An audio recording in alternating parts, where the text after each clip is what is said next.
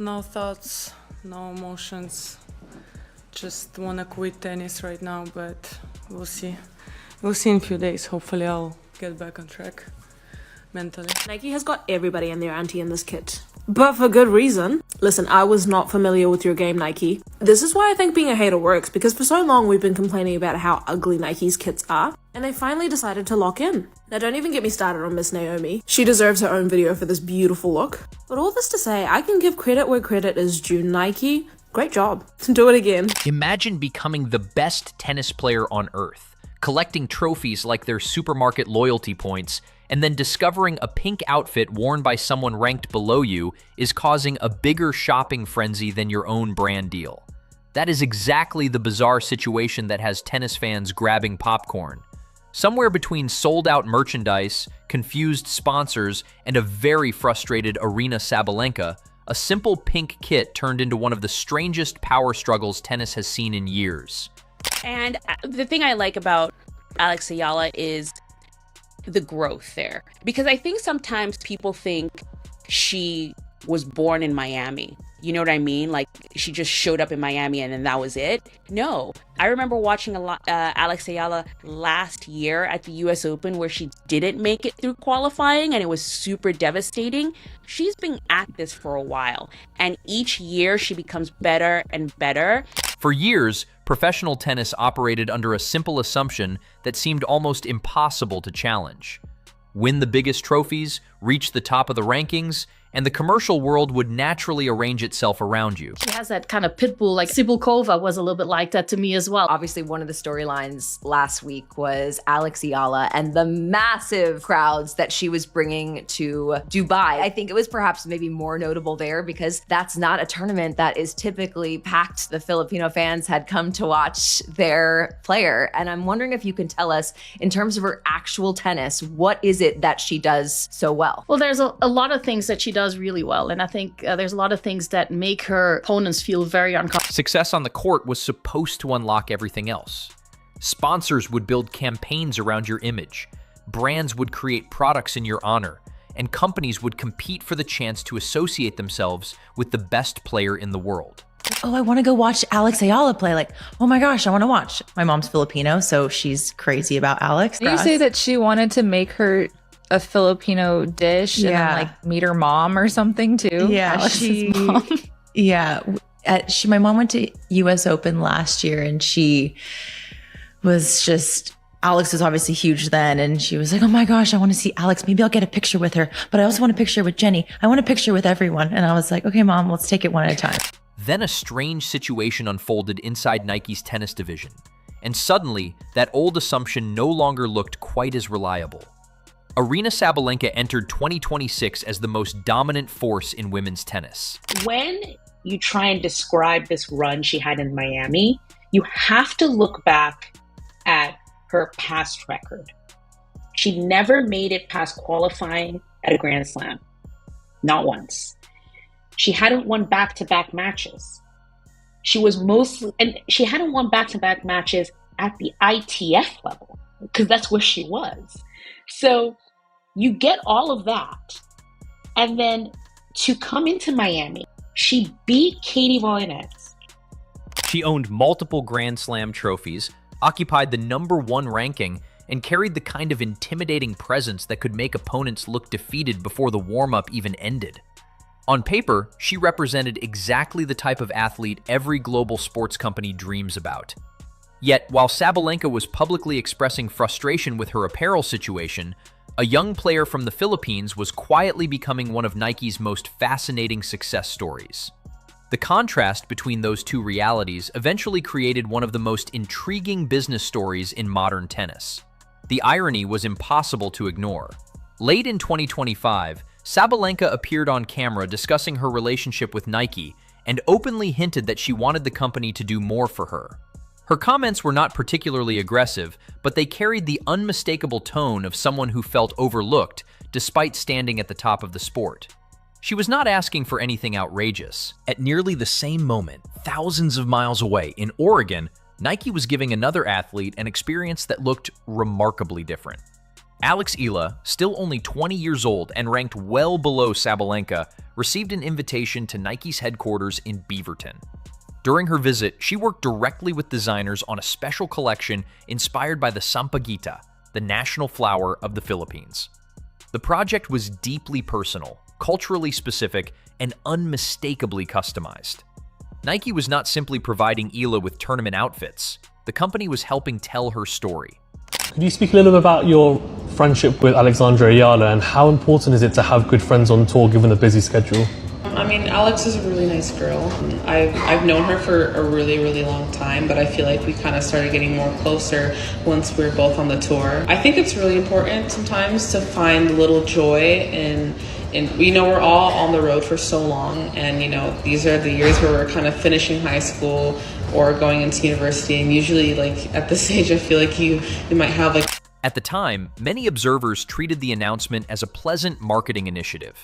It seemed like a feel-good partnership celebrating a rising star and her heritage. What few people realized was that Nike's decision revealed far more about the company's future priorities than it did about its current roster. Because brands rarely invest significant resources without a reason. Every design meeting, every photo shoot, every product launch, and every limited edition collection reflects a calculation. Companies place bets. Nike had placed one.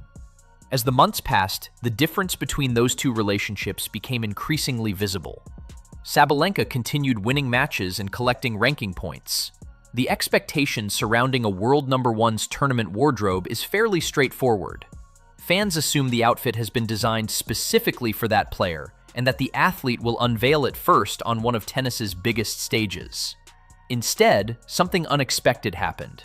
Another player appeared wearing exactly the same outfit before many fans had even seen Sabalenka compete in it. The images spread rapidly across social media. Tennis fans immediately noticed the duplication, and confusion followed. If the world #1 was supposedly debuting a signature look, why was another athlete already wearing it? The reaction was not really about the dress itself. It was about symbolism. This match that she won against Clara Townsend, she had a lot of opportunity. She had a lot of match points that Clara kept fighting, and there were moments where you thought, oh no, is she going to lose this after not coming through all of these match points? Guess what? This was memories of the match she lost to Maya Joint at Eastbourne. Yeah. She had all those match points and then she lost the match. She learns from all these matches. And I think that's what's great about her. People were looking at the situation and asking a larger question. How could the top-ranked player in the world still be sharing apparel designs like a standard roster member? That question became even louder when fans compared Sabalenka's situation with what was happening on the other side of the draw. Alex Eala arrived in Paris wearing a striking pink Nike outfit that quickly became a sensation among her supporters.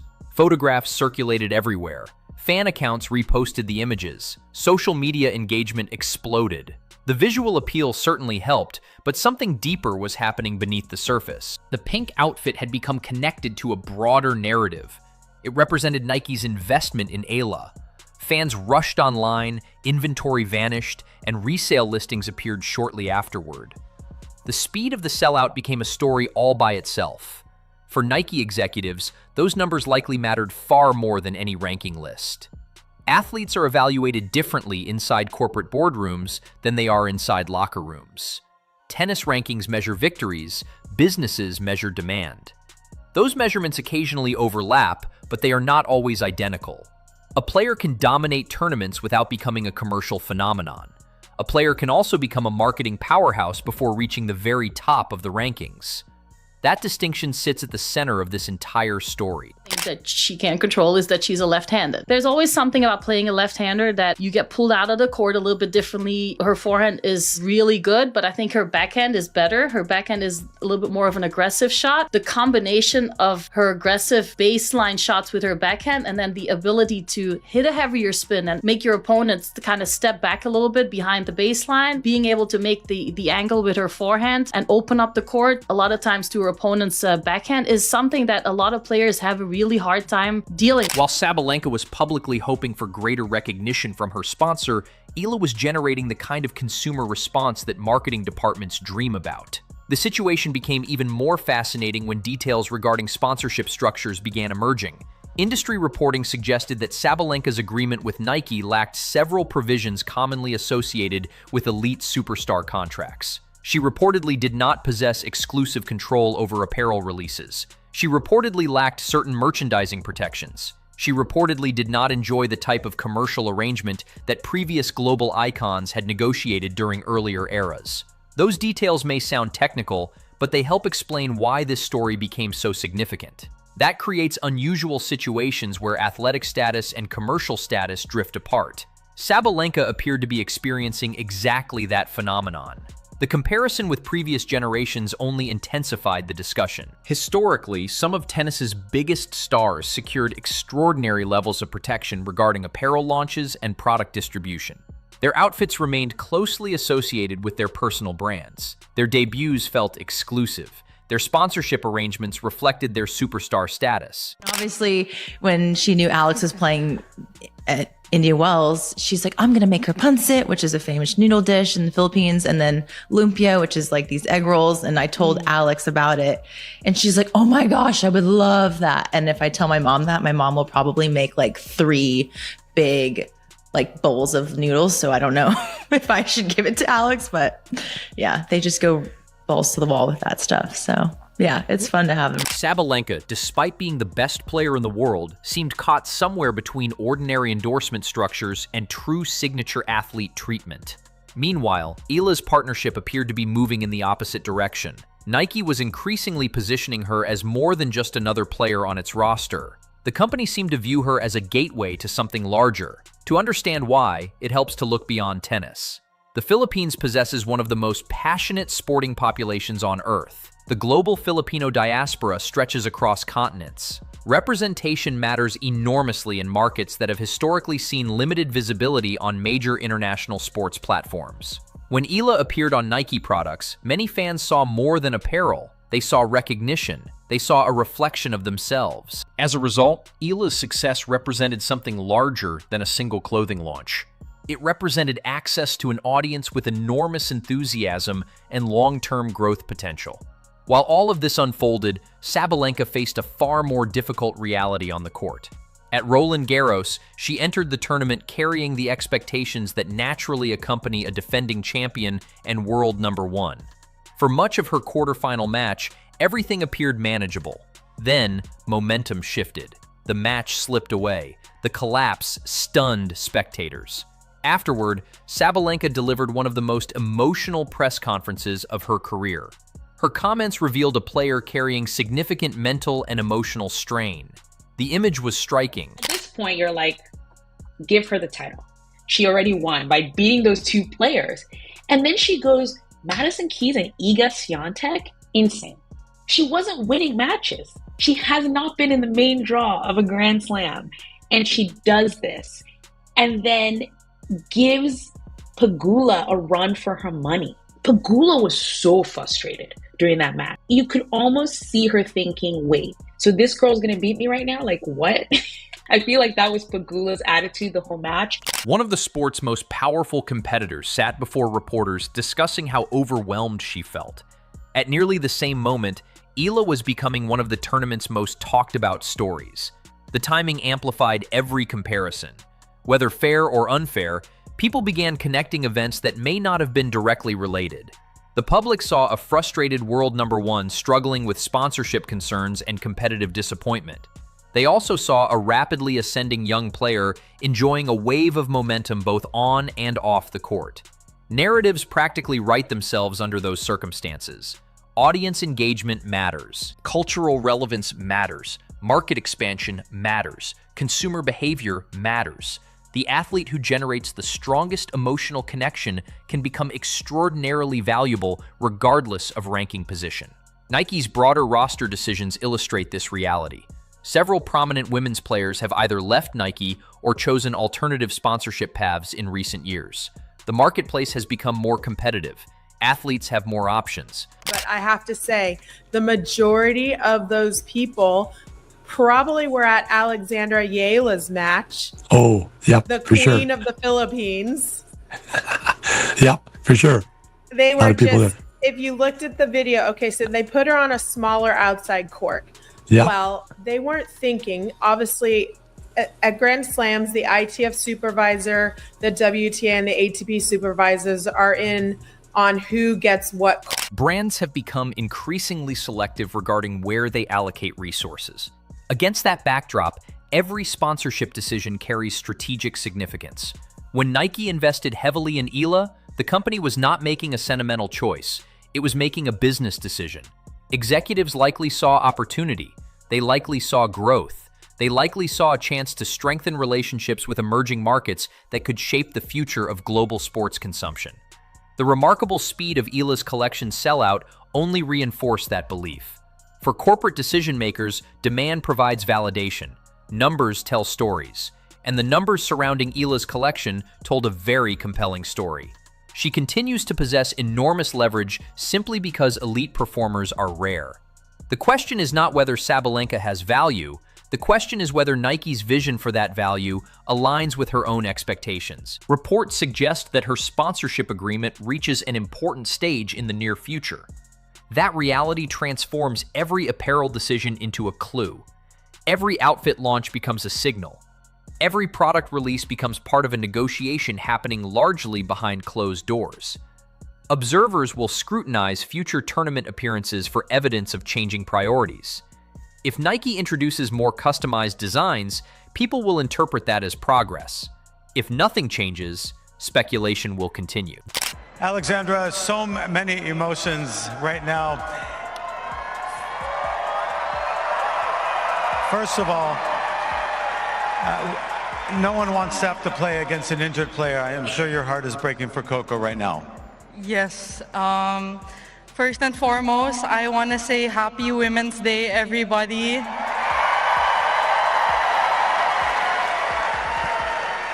Bear with me because I have a lot to say.